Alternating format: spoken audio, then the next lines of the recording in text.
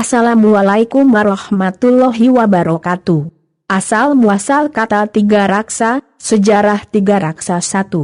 Mas Laeng nama aslinya adalah Pangeran Jaya Perkasa, beliau adalah patih sekaligus panglima perang dari kerajaan Pajajaran yang didampingi oleh Ki Seteng yang nama aslinya Mbah Teruang Toot yang kesaktiannya menyamai Ki Mas Laeng.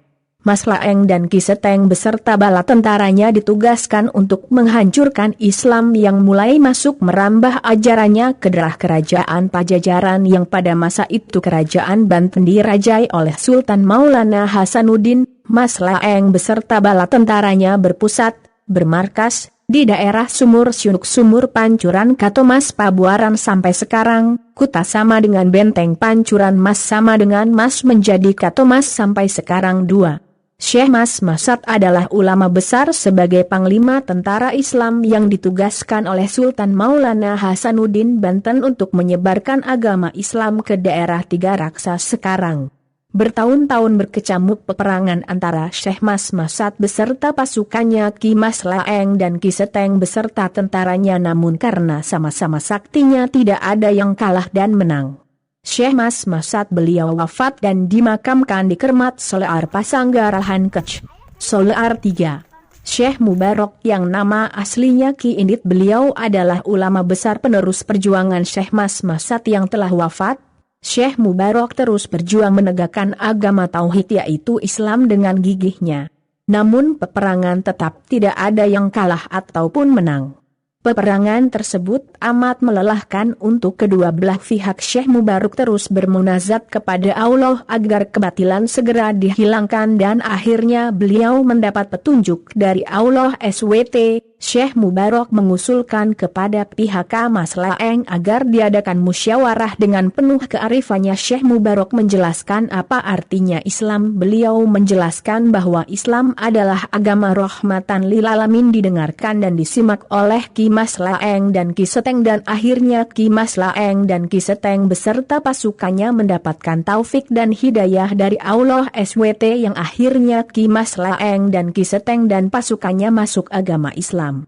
Akibat haru yang sangat mendalam karena musyawarah berjalan dengan baik. Semua yang hadir dalam musyawarah tersebut menangis mengeluarkan air mata, yang dalam bahasa Sunda Ci sama dengan air soca sama dengan mata. Maka sejak itulah disebut Cisoka. Sampai sekarang maka asal-usul terjadinya kota Tiga Raksa menurut beberapa sumber adalah berhasilnya dengan gemilang permusyawaratan perdamaian antara Syekh Mubarok, Ki Mas Laeng dan Ki Seteng Tiga Raksa, 3 orang yang memelihara perdamaian.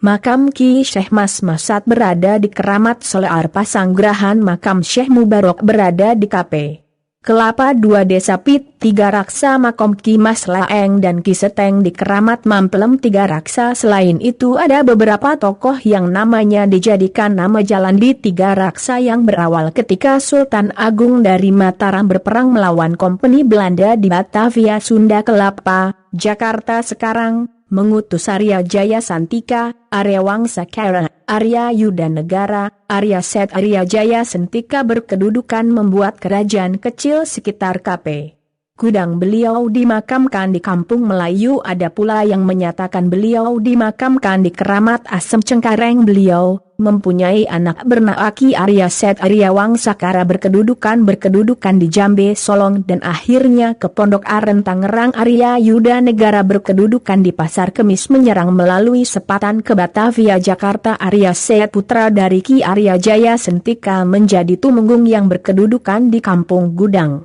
Demikianlah riwayat singkat ini, semoga ada manfaatnya bagi para pembaca. Nyimas melatih si singa betina di Tangerang.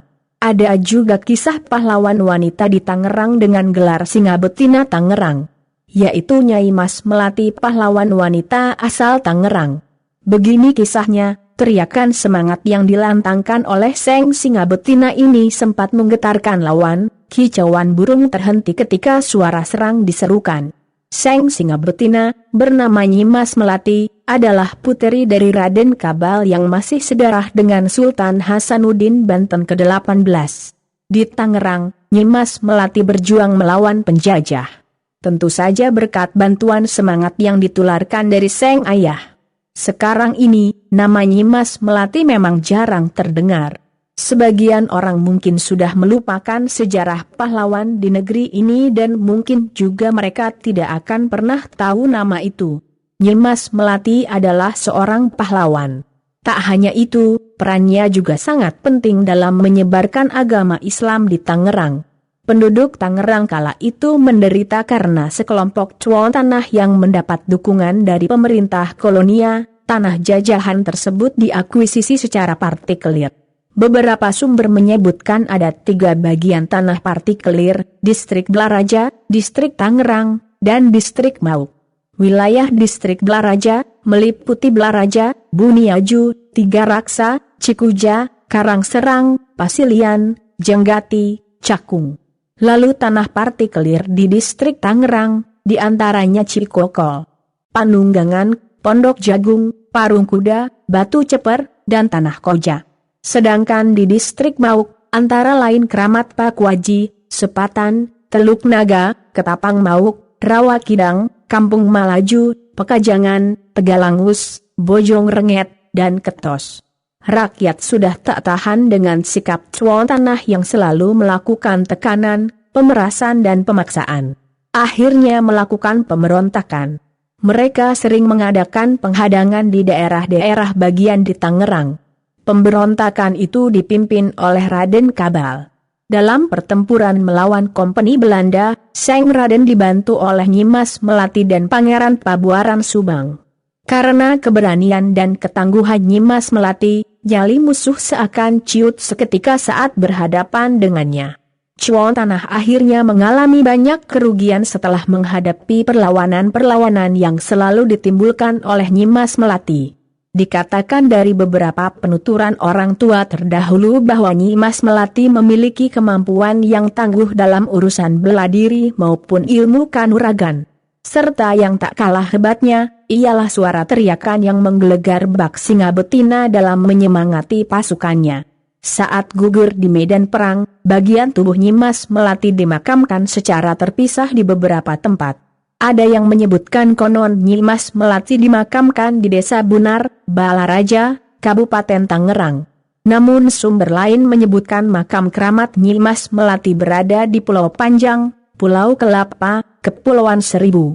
Selain di Balaraja dan Kepulauan Seribu, sumber lain mengatakan Belanda mengubur sebagian jasad Nyimas Melati di Danau Situ Gintung Ciputat yang dibangun Belanda pada masa kolonial.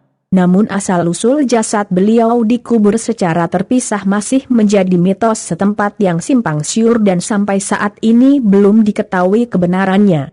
Atas jasanya, pemerintah kota Tangerang kini mengabadikan namanya pada sebuah gedung wanita Nyimas Melati yang terletak di Daan Mogot, dan sebuah jalan Nyimas Melati dekat gedung kantor KPUD Tangerang.